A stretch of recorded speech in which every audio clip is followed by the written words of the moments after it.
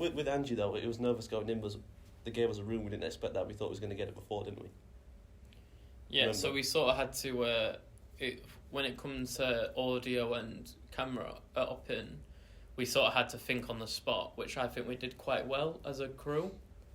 I think we pulled it off quite well. The end result was quite good for the room we were given as well, because it was quite hard with lighting in there. And the bright colours of red mostly in the room as well. There was a lot of reflections as well in that room, and a lot of, like Det said, a lot of light coming in there, so we had to tailor-make the shot, make sure that everything looked perfect.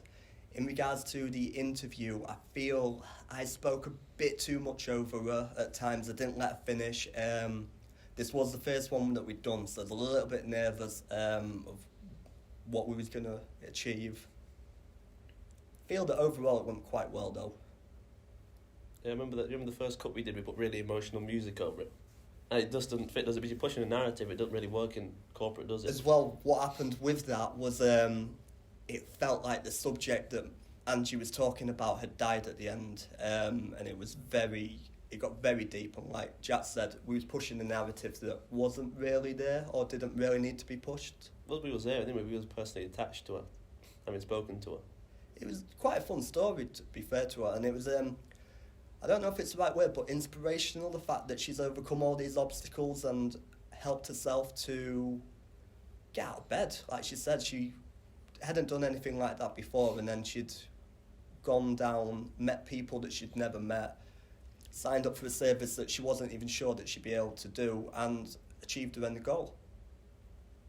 I think when it comes to filming, like I mentioned, some of the challenges we had with on the spot, doing everything on the spot, but then communicating as a group to one another while trying to keep her interested in and feeling comfortable, I think, mostly, while in the room with us, because obviously we're trying to sort things out.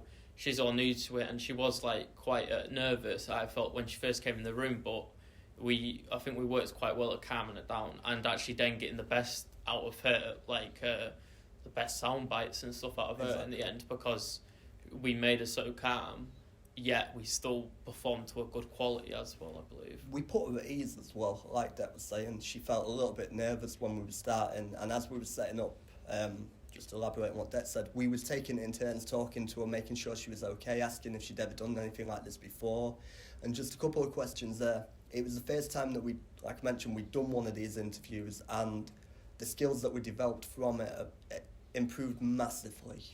Going on to the next one, which was Mike? No, I think it was Donald, wasn't it? The Donald one. Yeah, it was Donald. The Donald one, we made the best of a bad situation, in my opinion. So with me kind of being the liaison between our team and Era, the client, I didn't communicate as well to Dec as I should have the day that we were filming on. So we lost Dec for that day. And then when we set up with Donald in the room, which was very bland and very boring, the client and the interviewee were rushing us exponentially, and we didn't, in my opinion, achieve as good of a finished product as I'd liked. Yeah, I think it was on the way there we decided we was going to change it to a multicam. We didn't plan for it, so we didn't have a tripod or anything. So we had to work with what in the room wanted. It was just getting the office redone, so they had boxes around. So we just stacked some boxes on. And the shot was awful. As well, with the shot being awful, it was a little bit underneath eye level, so putting it politely, it didn't flatter Donald. It was a mistake that we've all learnt from. If I could go back now, I would have, when I started filming him, I'd have asked him, after 30 seconds worth of footage, shown him what we got, asked if he was comfortable with how he's being portrayed, and I'd have also asked him to sit upright, because on the video he's very slouched over and it looks very nonchalant. I think I learned as well, because I'd actually see the camera. I had to turn the camera, do the front camera on the phone for recording it, and the whole time, as he could see himself, he was just looking down at the camera.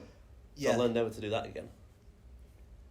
Yeah, I do remember that. It was a learning experience, and every day is a school day, to be honest. The next one we did after that was a couple of weeks later, and we did 4 people in one day.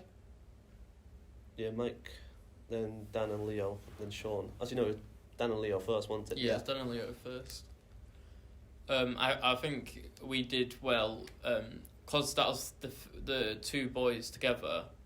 We had a bit of a time limit, and again we didn't know what room we were getting. So again, as a crew, learning from the first time, we applied what we learned to practice, and again we smashed it. I think getting everything set up, getting ready, having the questions ready, and by the time they come in the room, we were fully prepared.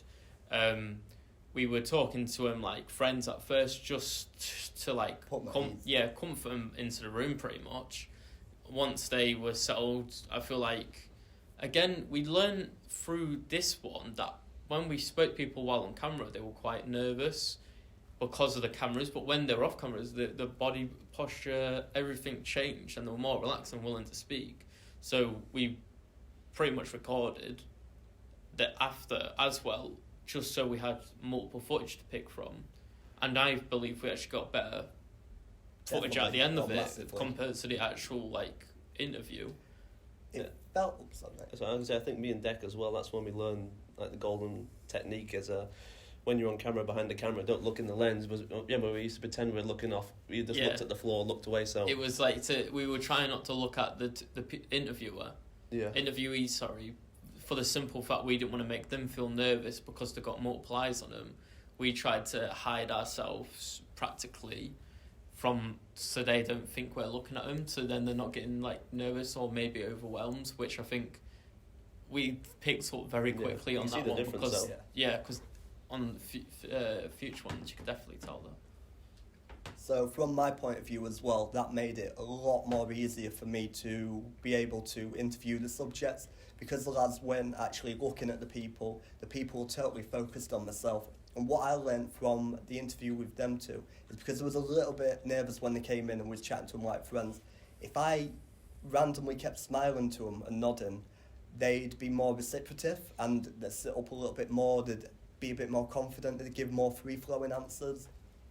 It was a good shoot. The one thing that I do regret personally from that one, though, is I should have asked Leo to take his hood down.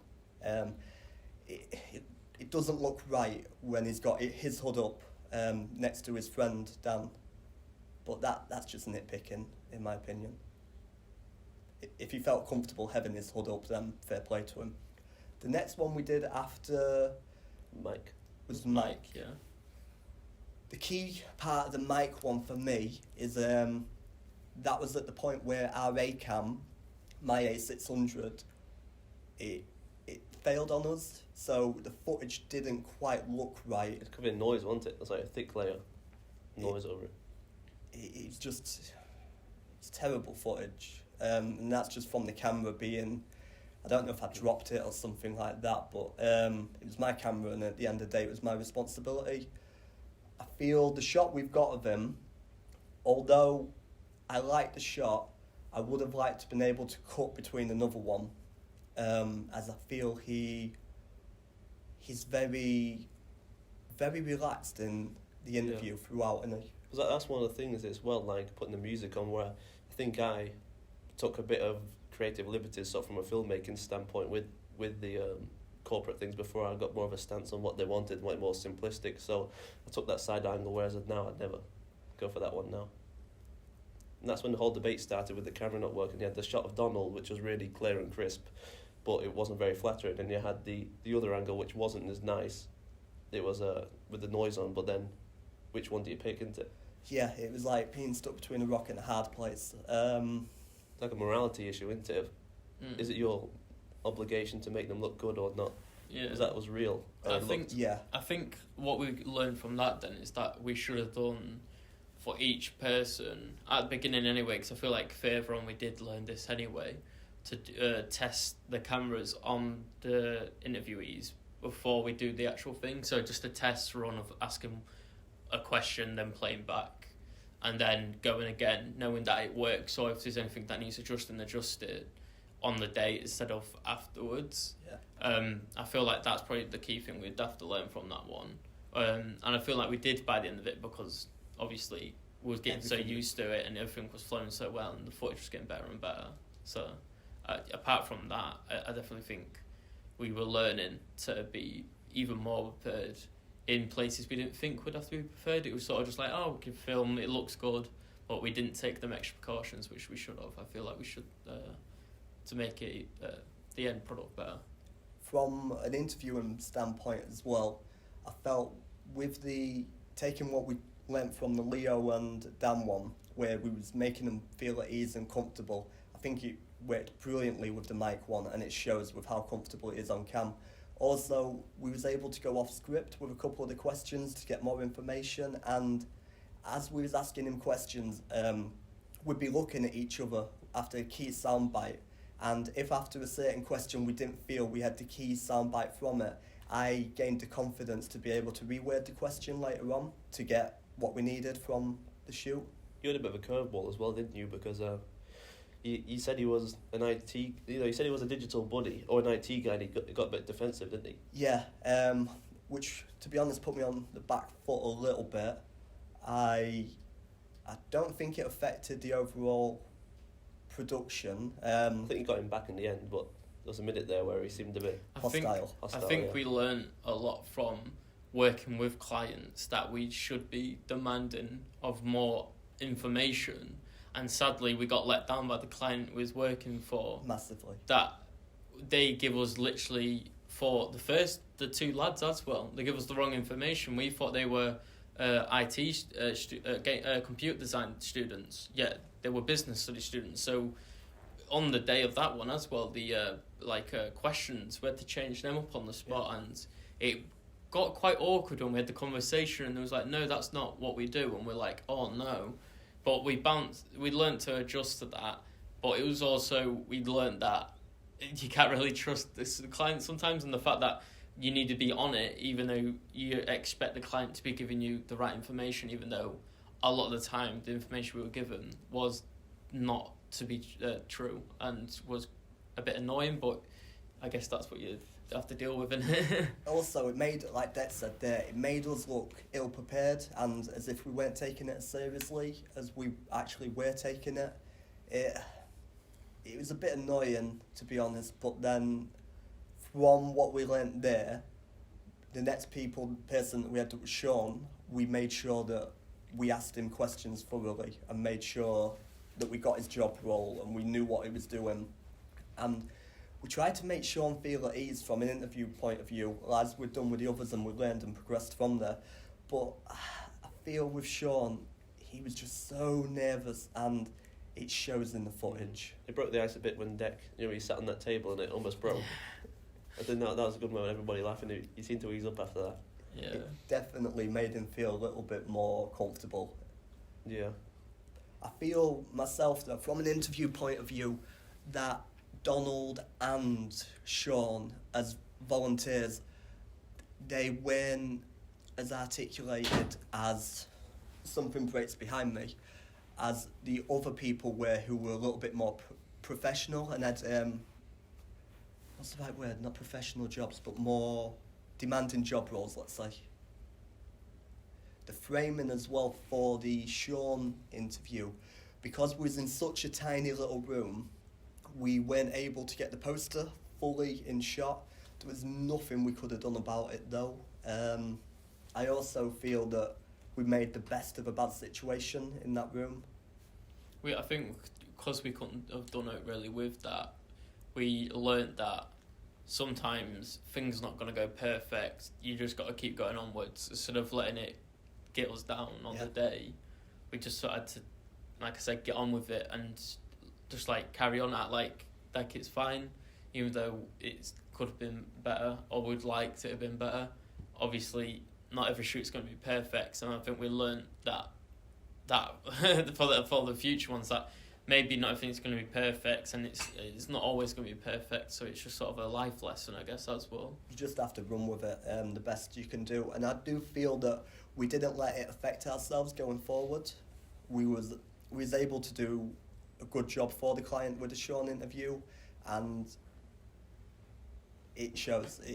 It wasn't perfect, but it was more than what the client was asking for. The next person after Sean was... We did 4 that day, didn't we? No, I think that was it after Sean. Oh, yeah, because Sean was the last Sean one. was the last one. So a week or 2 after that, we went back and did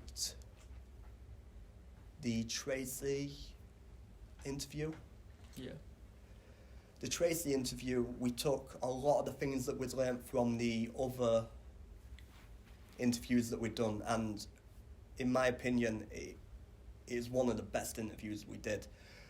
We used our golden rule that the lads said earlier of making the interviewee feel comfortable and recording before they knew we were recording, which got us a lot of really good footage. I think in total we was interviewing her for 51 minutes, and from an interviewer's point of view, I had written out 12 questions for her, but I think in the end we asked her 24 just by going off her responses and being able to make it feel more like a conversation with a friend.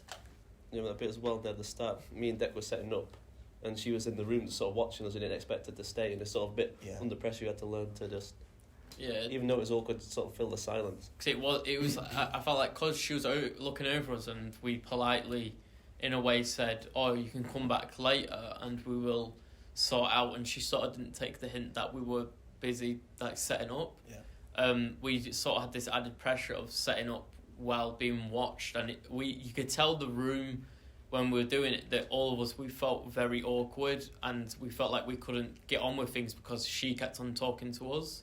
But we learned to adapt to that. I think the main thing I would point out what we did, which you could tell got better, was the end footage of that was amazing, but also the fact that as a crew, the chemistry got so much better. We knew each other in and out of how we were going to do things. We know how to do things without even speaking to each other, because we just learnt from each time. Oh, this works well, we'll keep doing this. This didn't work well, we'll stop doing that.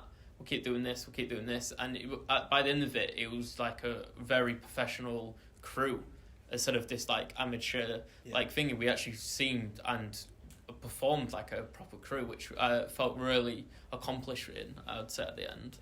I agree totally with Dec there. Also, to add to that, we was working so well in sync that I'd already had my questions written out for Tracy, but as we was talking to her just beforehand, I was thinking of more to write, and as I was writing more, the lads could see that I was getting distracted as I was writing the questions, and I only had to look up at the pair of them, and the pair of them took the conversation from Tracy trying to talk to me and pick my brains to the lads were talking to about what she'd been up to, small talk sort of conversations, which was pivotal for me because it gave me the opportunity to make sure that my questions were thorough and to the point.